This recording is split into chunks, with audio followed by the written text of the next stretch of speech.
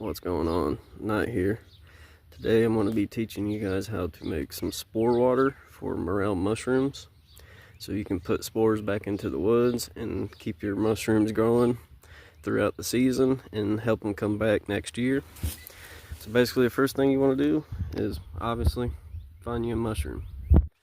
You can do small ones, big ones. The bigger ones tend to put off more of a spore print. Well, when you get your mushroom, find one you like that you want to let it spore out. You want to get you either a container of some sort, like a water bottle or a milk jug. Yours ain't got to be as ugly as mine.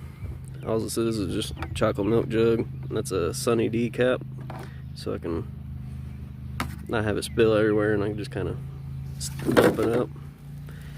When you find you a bottle or a container, you could even put it on pieces of paper and let it spore out on the paper, and then take and put the paper inside of the bottle.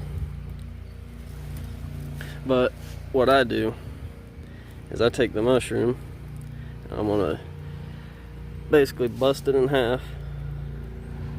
See if we can do this here. I'm gonna stick it down in there. You really only need the top part in there. Sorry for my recording skills. The stalks, they don't really spore out. But yeah, you got your mushrooms in there. And what you're gonna do, you're gonna leave the cap off your bottle if you're putting it in a bottle, and just let it sit in there for like 2-3 days, and the mushroom will dry out and it'll spore out inside this bottle, and you'll have millions and millions of just tiny little microscopic spores in there. It's basically kind of like dust. And then when you let it set for a few days, you want to get fresh rainwater or creek water.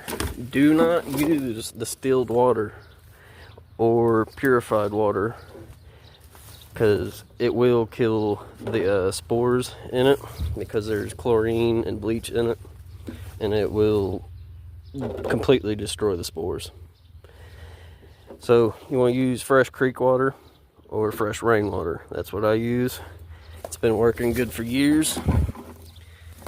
And after you spore it out, you just fill this thing up with water, fresh rainwater or creek water, and take it out into the woods to the spots where you know your mushrooms grow and where you find them about every year, and you just squirt it around and it'll help bring them up. So yeah, that's gonna be it for this video.